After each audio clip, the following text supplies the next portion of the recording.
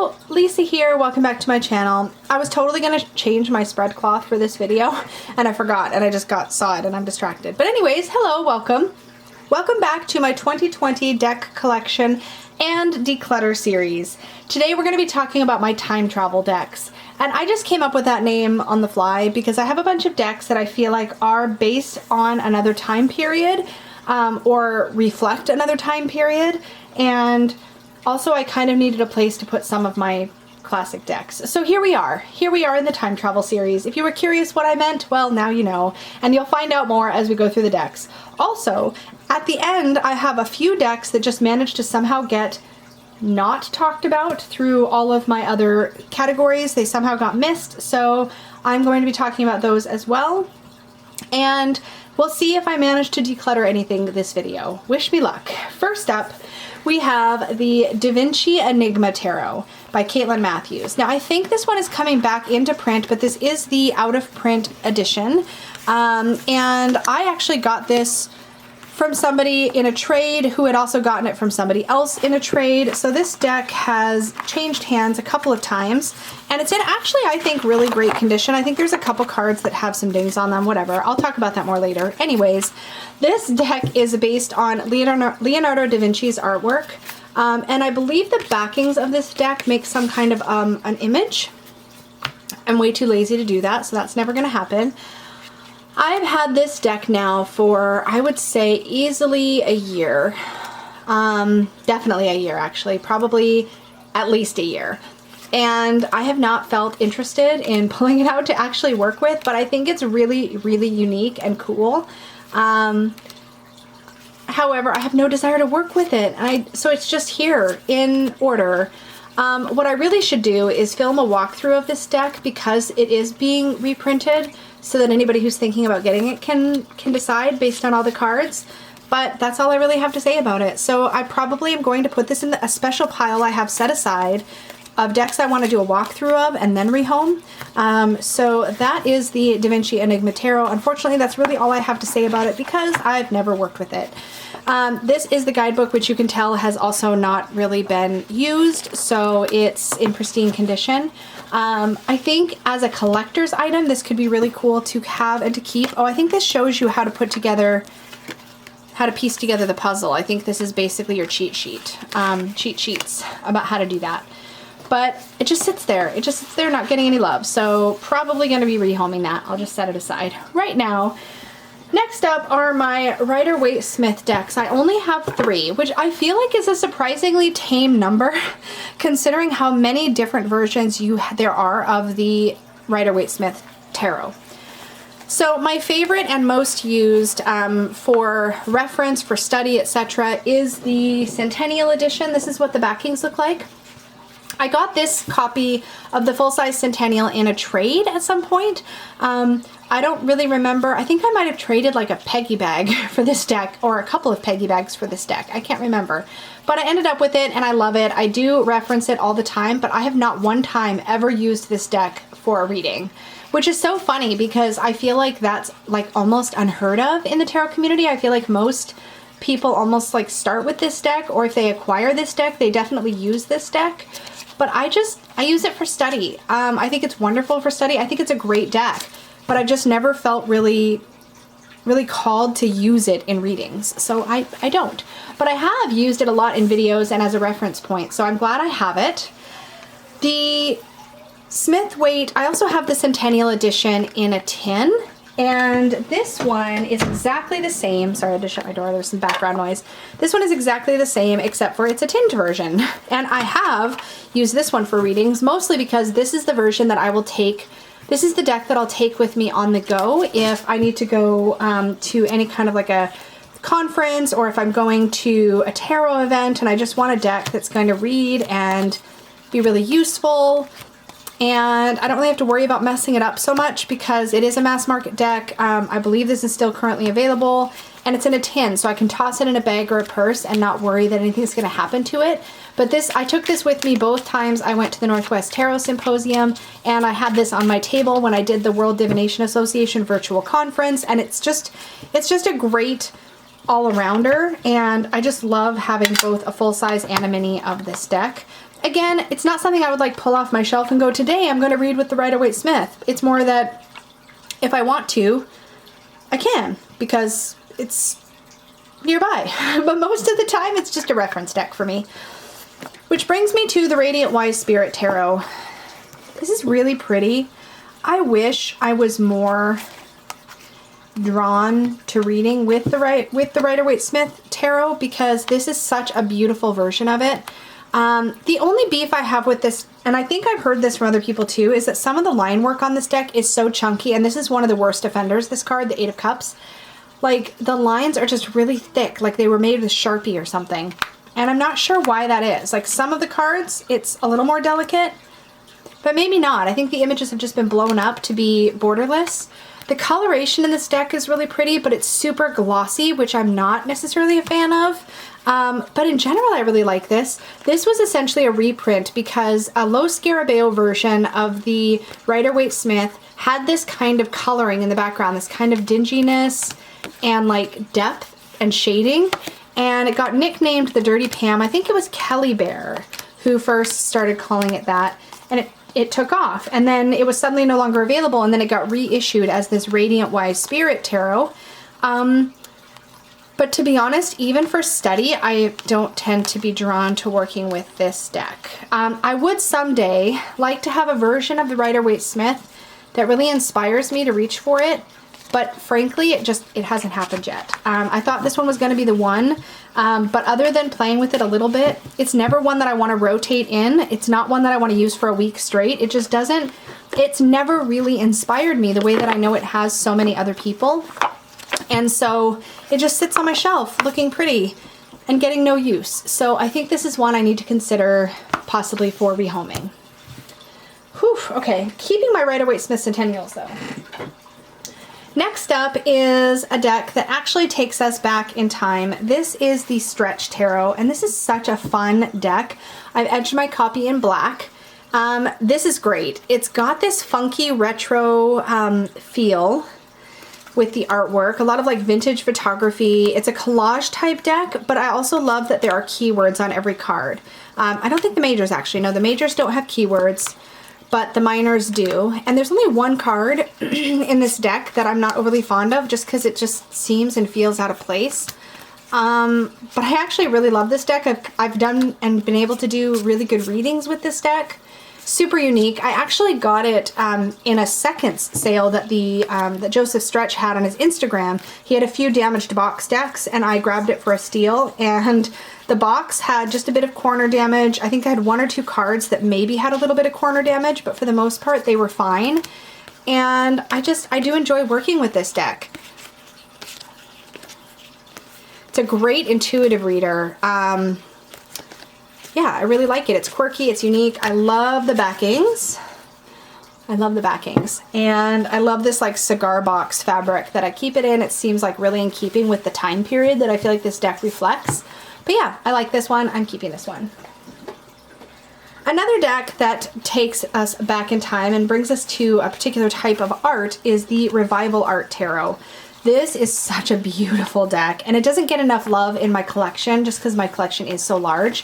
It is beautiful, and the backings, they're growing on me, but to be fair, I would have preferred something more like with a repeating pattern or something, I think, on the back of these. But this cardstock, I don't know how to describe it. It's that silky matte cardstock, but these have a bit of flex to them, so they shuffle really, really well, even though it's a slightly larger deck.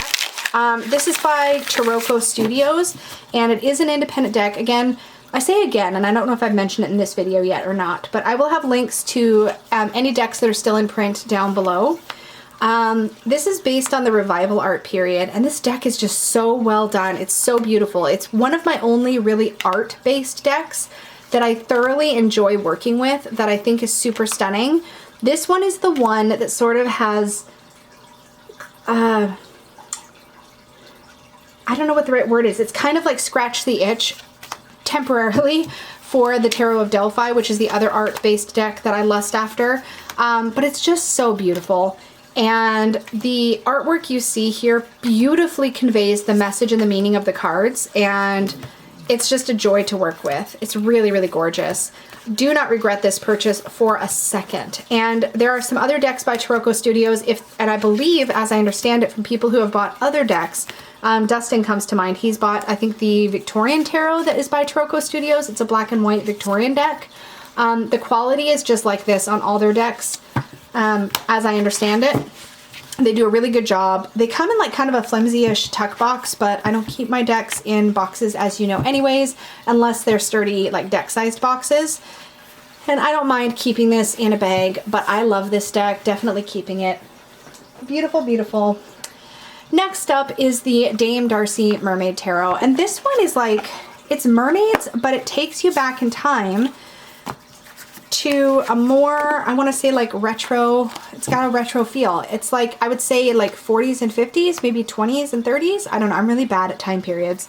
But it's really beautiful, and it has a ton of personality, but it also has some diversity, even though it's got that retro feel, which is not something you always see. And I just love the personality in this deck. I haven't worked with it a lot. In fact, at the time I'm filming these videos, I'm currently working with the Dame Darcy Tarot, and so far we're getting along very, very well. And in fact, that may be relevant here in a moment, because I think I might be about to change some things up. But I really enjoy this, and as a mermaid slash watery themed deck, I think this one just works really well. And I love the soft colors and the like almost parchment color borders. I really, really like this. And it's a beautiful cardstock, matte gold gilding, gorgeous backs. I really, really like this. So yeah, this is definitely staying in my collection. I haven't found the perfect bag for it at the time I'm filming this, so I'm gonna work on that. I'll keep you posted. But I'm definitely keeping this deck. Also this week, since I'm talking about decks I'm working with this week, I've been, at the time I'm filming this will be up on my channel probably way later, but at the time I'm filming this, I'm also working with the Vintage Wisdom Oracle. This is a mass market deck by Victoria Mosley, and it is produced, I think this is US Games. I don't have the box handy, let's just take a look, but I thought it was US Games. Yep, US Games, I just saw the logo. I modified this deck, and I absolutely love how the modification turned out. So I trimmed all the borders off, and I was inspired to do this by other people who've already trimmed the borders off this deck, like Mary Grace Faroon had done it recently, and I'd seen, not recently, but she'd done it, and I'd seen her copy, and it looks beautiful. The backs still look great after it's been trimmed. I was very precise and careful with measuring this trim, so it's a really smooth and even trim, but it had these like dark brown borders around the edges, and without the borders, it literally looks like vintage photographs that have keywords on them, and they're so stunning when they don't have borders. I love this image. Really well thought out. The artwork is charming. I'm really enjoying working with it. In addition to trimming it, I also edged it, and this was probably my most involved deck edging job I've ever done. But what I did was I edged it all over with a antique linen, I think was the name of the distress ink that I used. I used distress ink pads, and then I went back over the corners with vintage photo distress ink, and then I took that vintage photo distress ink and I kind of stamped it lighter and lighter towards the middle of the bottoms, the tops, and the sides, and I've got this beautiful like aged look, and I love this so much. Definitely keeping. This is one of my favorite deck mods I've ever done. But yeah, this deck isn't going anywhere, and I'm really enjoying working with it this week, so yeah, definitely keeping. Okay, time travel. Only a couple more in this category, and then a couple stragglers and a recap, and we'll see where we end up. So in this box, I keep one of my most treasured decks. Another one that I would say sort of takes me to another place and time. This is the Wick Tarot. It did come in a tuck box. This is sadly out of print and unlikely to come back in print, as the creator has sadly passed away. It is a really stunning deck. I was thrilled to find it at the Northwest Tarot Symposium in 2019. I work with this occasionally, but there's something just really spectacular and special about this deck. Each card has a title on it, so you know what you're looking at. So this is the Nine of, well, it says Staves. It's the Nine of Wands. And this is the Sun. Each card features sort of a room, and it's actually this interior space, sometimes exterior space, that you're looking at that holds the meaning of the card. It's a very slow deck, a beautiful deck for path working, and you literally get the feeling like you're in, I call it like the Tildwick Manor or the Tildwick mansion, I guess, depending on how you want to look at it. I feel like you're actually at a specific place and you're exploring all the different rooms where all these different tarot archetypes live. Like here's the garden shed for the Eight of Cups. You get this idea of having abandoned all this work in progress and it's now sort of dusty and cobwebby. I mean, there's so much to it. Again, it's a deck that I work with slowly. It's really wonderful for path working, which is where you sort of imagine yourself traveling into the space you see in the card and like learning what you can. It's such a unique take on tarot, and it's so special. I don't see myself ever rehoming this deck. I mean, I might be proved wrong at some point, but I doubt it. And I keep this one in a special tarot box because I don't want it to get like, I don't know, it's precious, and I don't think I could ever replace it. So the Tildwick Tarot, not going anywhere. Next up, I don't know if I can count this as time travel. I probably should have put this in my otherworldly decks where I put the other deck I have with Danielle Noel's artwork, but this is the Moonchild Tarot by Danielle Noel. This production quality of this deck is insane. As far as I know, you can still get this. The box is like textured, it's got metallic accents, it's beautiful, like rose petally, soft touch finish. It is gorgeous. The guidebook's incredible. The box is beautiful. Peggy actually came up with this particular size bag, her large bags, initially for this deck because I wanted to be able to keep it in its beautiful box in a bag. So that is how Peggy's large bags came about. But anyway, the guidebook for this deck is really super well done. I love that it lives in the box with the cards. The cards themselves are absolutely gorgeous with this gold accenting on the backs, matte gold gilding, and there's just something about this artwork. This deck definitely has that otherworldly feel, but it sort of does feel like it takes you to another place at another time. Again, I do think it probably fits better in the otherworldly category, but then you have these like vintagey photos that come through in some of the collage work, and it just does give you that vintagey feel, even when some of the images are less vintage looking. I still feel like I get it, and there's so much depth and color and richness and texture in this deck.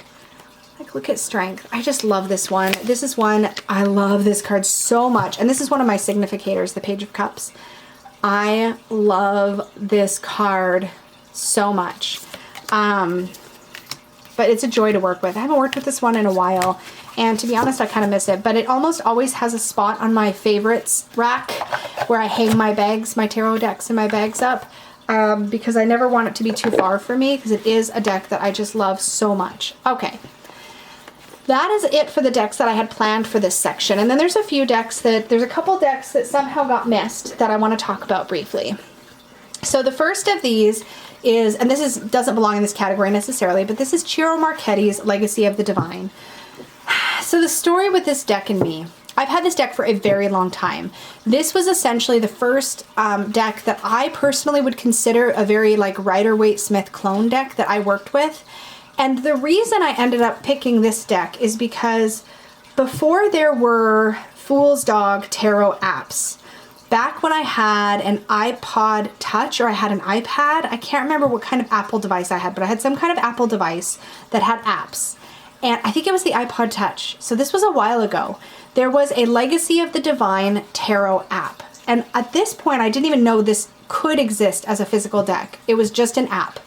And I used the app. It was the first tarot sort of technology I ever played with.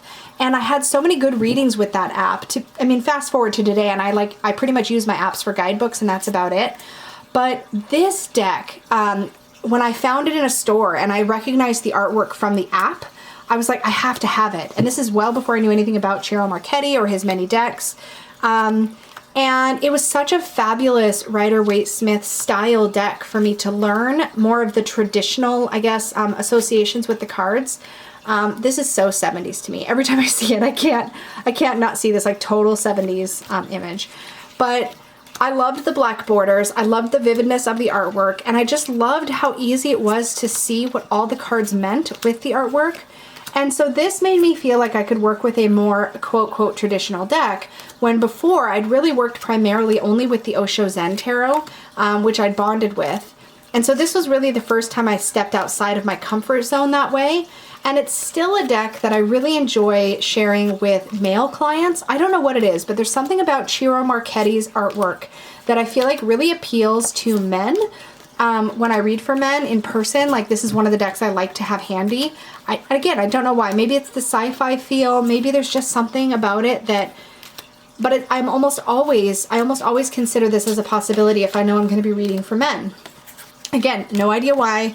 It's just something that just has gone over well. And I think partly because I have really positive memories of some of my first intuitive readings that I did for men, either men that were friends or male clients at events.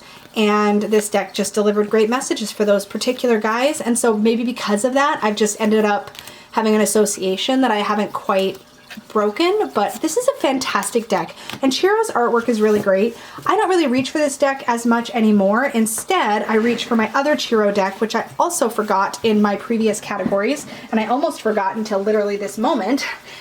And that is the Tarot Grand Lux. And this is the one, this is a more recent Ciro deck. I actually have a video on my channel where I compare 3 different Ciro decks side by side, and I ended up deciding that this was my absolute favorite of the 3 that I have, or had, because I've rehomed at least one of them now.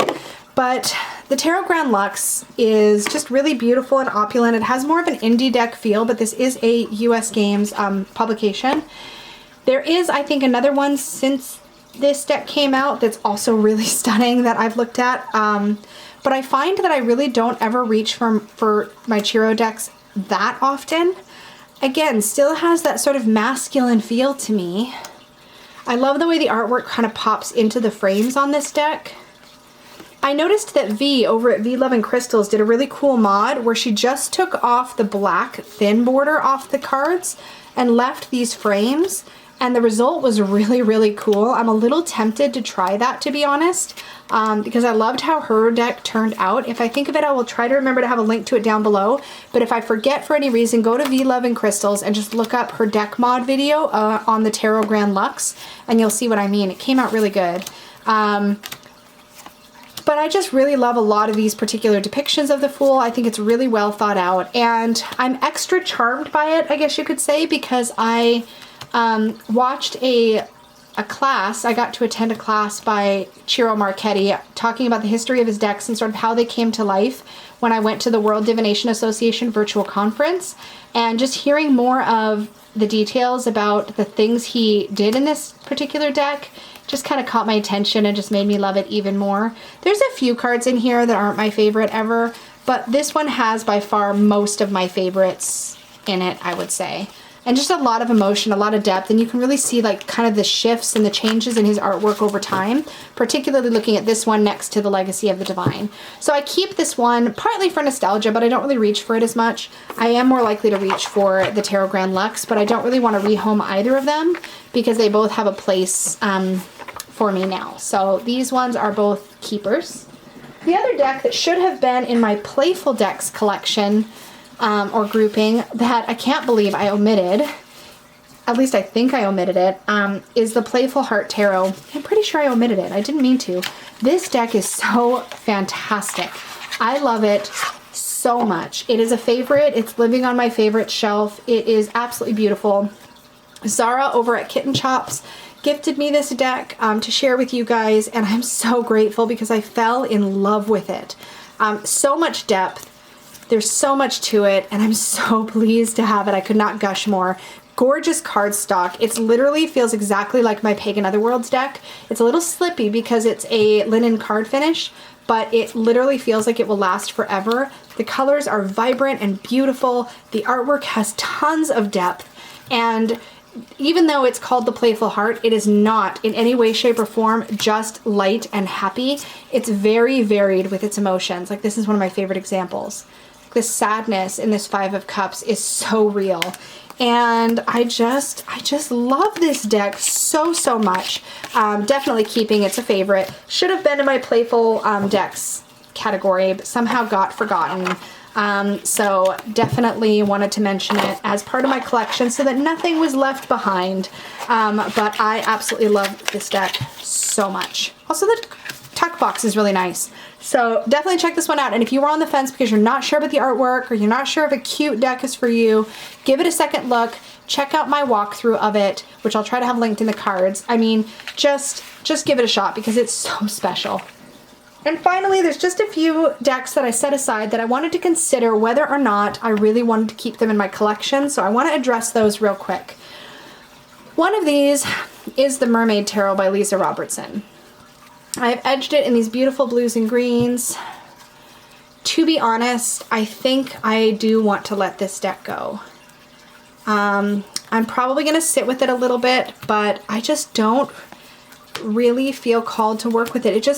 As beautiful as it is and as well done as this deck is, it feels like a Disney movie, and for some reason that is not working for me, and I don't know why, because it should. I adore Disney movies, but there's something about this, perhaps this art style, there's something about it that I just can't seem to bond with. And I mean, this was an impulse purchase during a really difficult time in my life, and I wonder if that's part of it. There was also some synchronicities that were important about this deck, and that helped me to kind of, I think, cling a little harder to it than I might have otherwise. But I do think I'm probably ready to let this go. So I'm going to put this aside in my to be traded pile. I've got the nice Llewellyn box for it, so I'll probably put that with it. The other one I wanted to revisit is the Sacred Rebels Oracle. My copy is trimmed, and having gone through now all of my decks, I don't think this is one I am excited about like I was at one time. My copy is trimmed, as I mentioned before. I think I brought this up in my Nurturing and Empowering decks, but I don't feel like this has a place in my collection anymore. So I think this is another one that I am going to rehome. The last one is the toughest one, and I need to look at it again. The Anika Tarot. And this is a really special deck, and it's definitely had its place in my collection as a favorite. But I just feel like I have other decks that I like so much more. But this one is really emotive. It is really unique.